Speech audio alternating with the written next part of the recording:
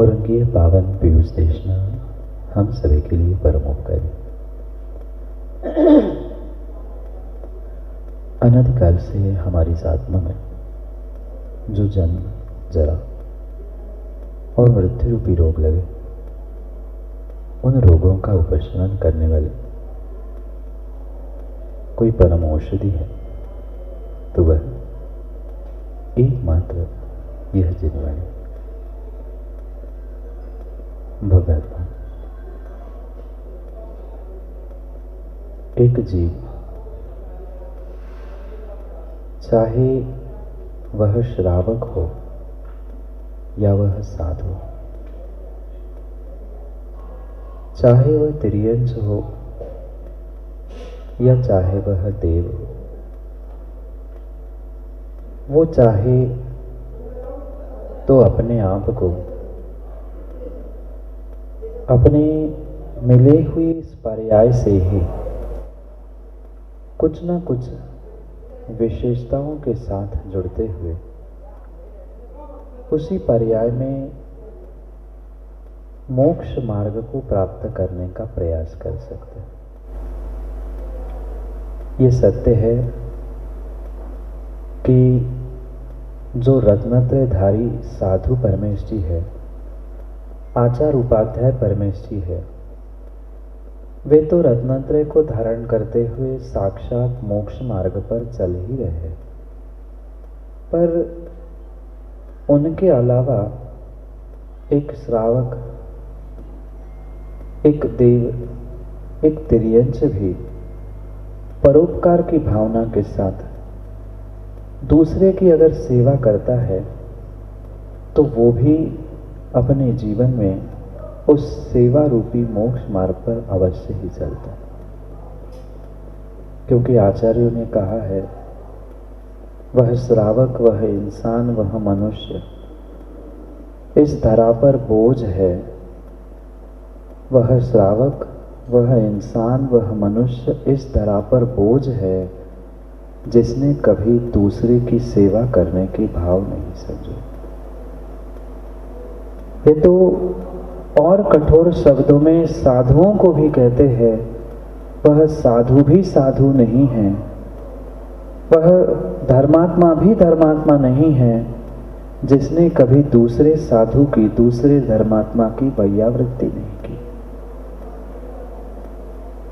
क्योंकि परोपकार से ओतप्रोत होकर करुणा स्तोत्र हृदय से प्रकट करते हुए जो जीव, जो श्रावक, जो साधु दूसरे की सेवा करता है, उसकी सेवा का मेवा उसको सिद्धालय में भी मिलता है।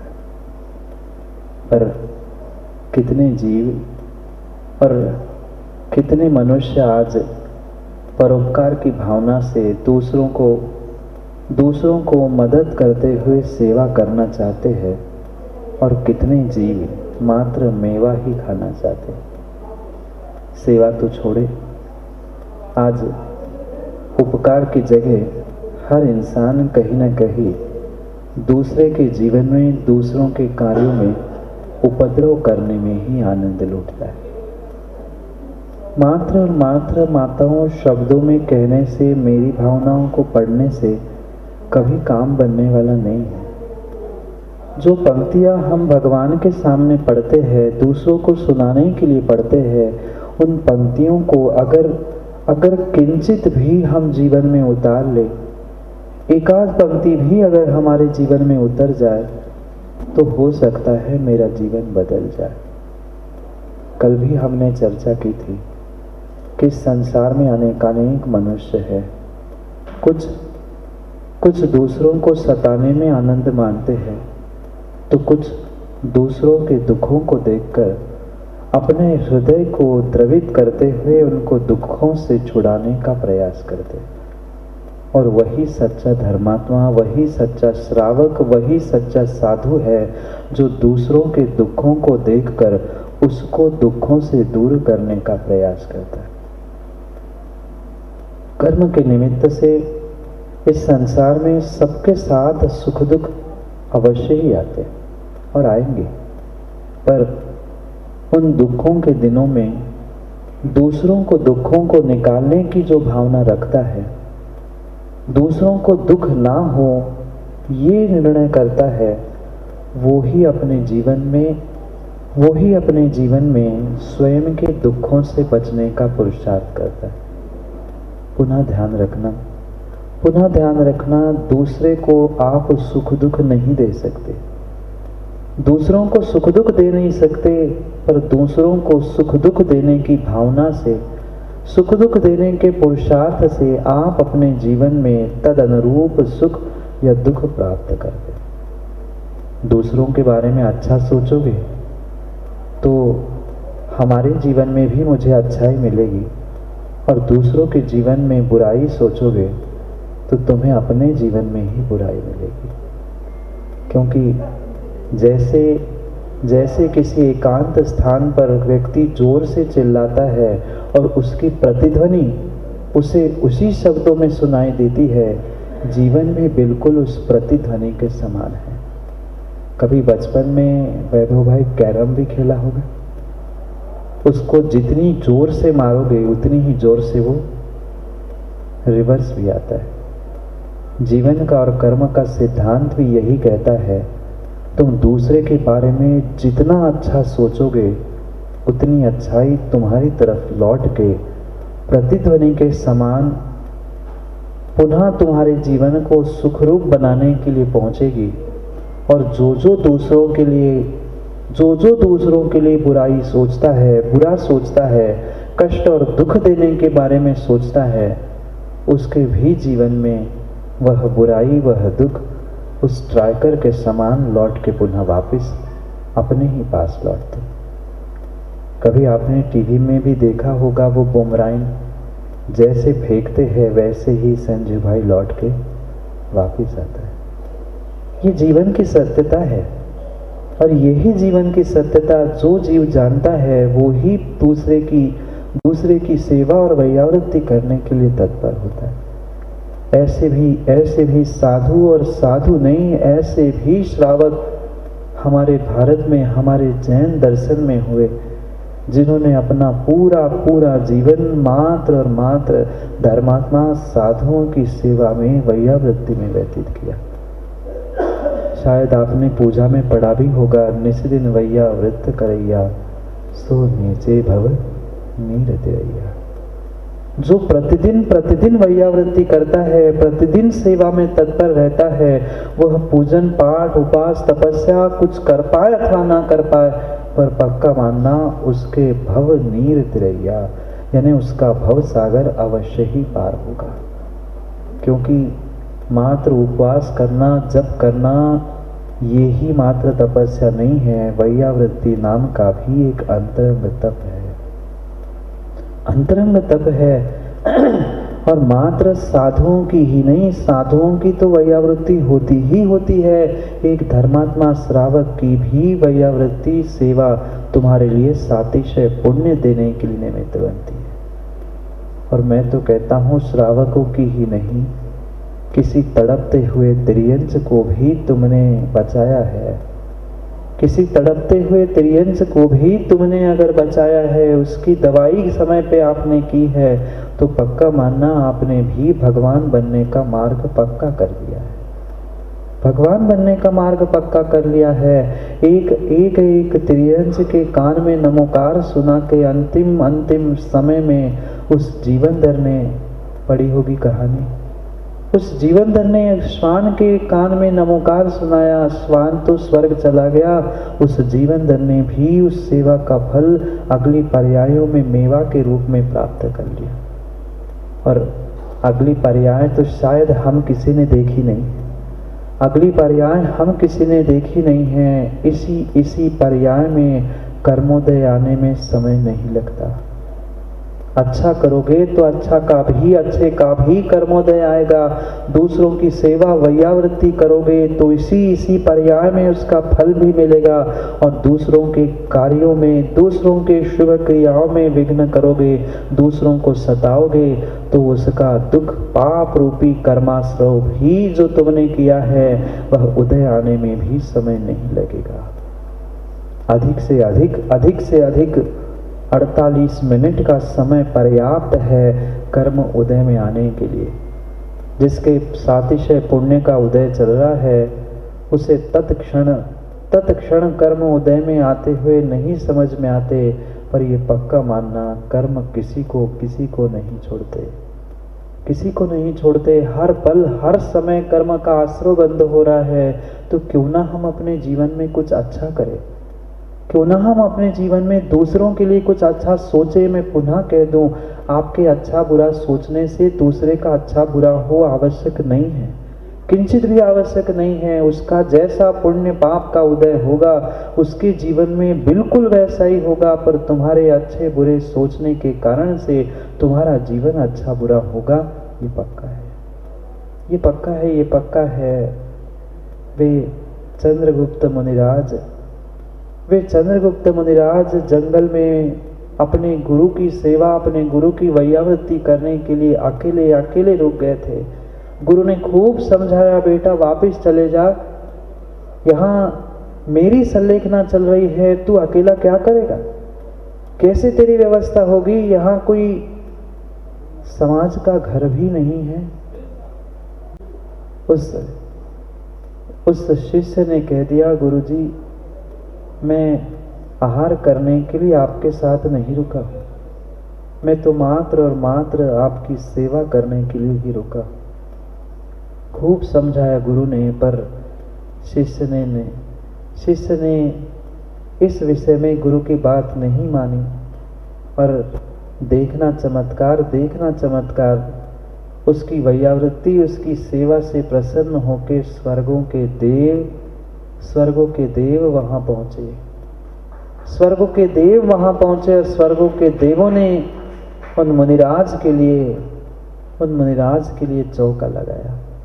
क्योंकि प्रतिदिन गुरु कहते थे, बेटा जाओ आहार करके आ जाओ, कुछ ना कुछ तुम्हें 15, 20, 25 किलोमीटर तक कुछ ना कुछ मिलेगा, जितनी शक्ति है देख के तो आओ। गुरु की आज्ञा मानकर वे कभी पूरब दिशा में जाते, कभी पश्चिम दिशा में जाते, कभी दक्षिण दिशा में जाते। जब कोई नगर नहीं मिलता, लौट के आके पुनः मुस्कुराते हुए गुरु की सेवा करते। और ये दृश्य अवधि ज्ञानी देवों ने देख लिया।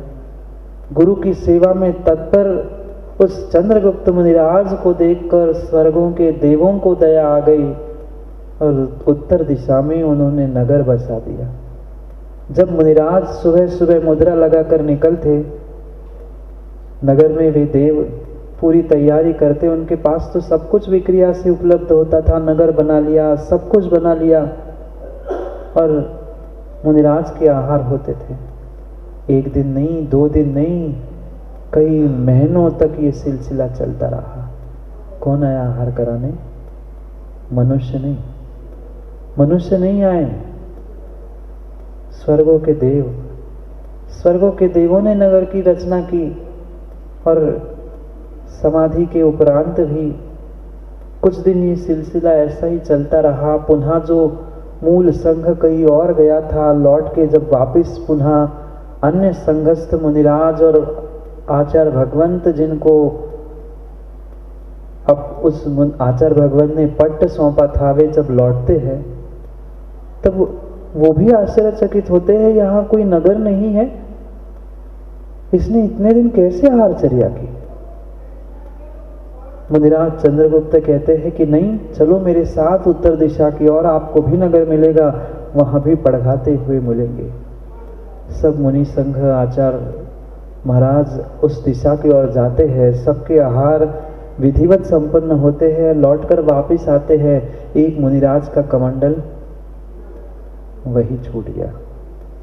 ये नियोग कह दो या सत्यता बताने के लिए किया गया कुछ पुरुषार्थ समझो, कमंडल छूट गया। अब कमंडल लेने तो मुनिराज को वापस जाना पड़ा। और जैसे कमंडल लेने के लिए वापस वे मुनिराज जाते हैं, वो देखते हैं यहाँ तो कोई नगर है ही नहीं, कोई श्रावक नहीं, कोई घर ही नहीं है, सबने आहार कैसे किए। आचार्य भगवान निमित्त ज्ञान से जानते हैं कि ये मनुष्यों का कार्य नहीं था, मनुष्यों का कार्य नहीं था। शिष्य की सेवा को देखकर स्वर्गों के देवों ने आई हुई सेवा करने वाले की सेवा करने के लिए साक्षात देव भी इस धरा पर उतर आए थे। ये पुण्य का और सेवा का प्रताप होता है, जो सच्ची श्रद्धा सच्चे समर्पण से अपने गुरु की, अपने धर्मात्मा गुरु भाई की और धर्मात्मा श्रावक की भी सेवा करता है, उसके जीवन में ऐसे चमत्कार हो जाए बहुत बड़ी बात नहीं है। एक की अनेक ऐसे अनेक दृष्टांत हमारे आगम ग्रंथों में भरे रखे हैं कि मात्र थोड़ी सी सेवा, थोड़ी सी वैयावृत्ति का ऐसा साक्षात प्रतिफल मिला कि उसका उस पर्याय का नहीं, आने वाले पर्याय का भी जीवन इस कदर बदल गया, इस कदर बदल गया कि जो दुख, जो संकट जीवन में थे वह अपने आप नष्ट हो गए। शायद उस अकृत पुण्य की भी कथा सुनी होगी, जो अगली पर्याय में धन्य कुमार हुआ, मुनिराज को आहार नहीं दिया। मात्र 6-7 साल का वह बालक था, पर घर में माँ ने पड़गान करके मुनिराज को आहार देते देते उसने श्रद्धा और भावों के साथ यही भावना भाई थी कि मेरे भी हिस्से की खीर मुनिराज को चला दो, मैं तो पुनः कभी खा लूँगा। इतनी मात्र मुनिराज की आहार की वैयावृत्ति की अनुमोदना का फल अगली पर्याय में इस कदर मिला कि जन्म समय पे जहाँ उसकी नाल गाड़ी जाती है, पहले घर में होता था, पहले घर में डिलीवरी होती थी और गड्ढा खोदा जाता था, वही धन से, हीरे जवाहरात से भरा हुआ घड़ा उस परिवार को मिलता है। कथाएं तो बहुत लंबी है, पर हम दूसरों की कथाओं को सुनने की जगह अपनी व्यथाओं को समझने लग जाए तो शायद हमारा जीवन भी सच्चा हो जाए, शायद हमारा भी जीवन सच्चा और अच्छा हो जाए।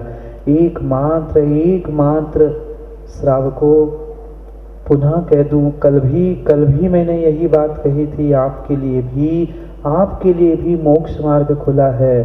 वह सेवा करना, दुखी जनों को देख हृदय में उर्से करुणा स्रोत रहे।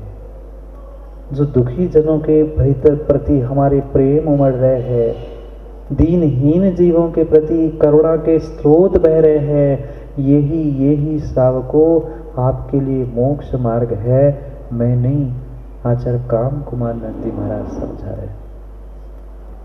कल समझते समझते समय हो गया था, श्लोक नहीं पढ़ पाए थे, आज पहले ही श्लोक पढ़ लेते हैं और जो एक शब्दों में रहस्य उद्घाटित करने का प्रयास कर रहे हैं, उसे समझने का प्रयास करते हैं कि आचार्य काम कुमार नंदी महाराज हमें अंतिम पड़ाव में सारभूत रहस्य को समझा रहे। कुछ नीति सीखो ना सीखो, कुछ जीवन में सीखो ना सीखो, पर निष्पक्ष होकर और निस्वार्थ होकर, निकांक्षित होते हुए सेवा कर लो। तुम्हारी सब नीति एक किनारे और परोपकार की भावना से की हुई सेवा एक किनारे है। ये सर्वश्रेष्ठ नीति है।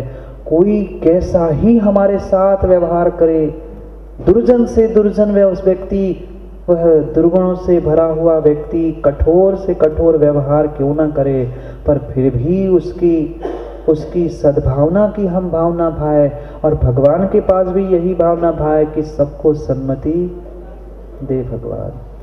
ये सत्य है, उसका पुण्य जैसा होगा वो वैसा ही कार्य करेगा। यथा गति तथा मति और यथा मति तथा गति, ये करणान योग का सिद्धांत सत्य है। जिसकी दुर्गति पक्की हो चुकी है उसकी बुद्धि उल्टी ही चलेगी, और जिसकी बुद्धि, जिसकी मति उल्टी चल रही है उसकी दुर्गति भी पक्की है।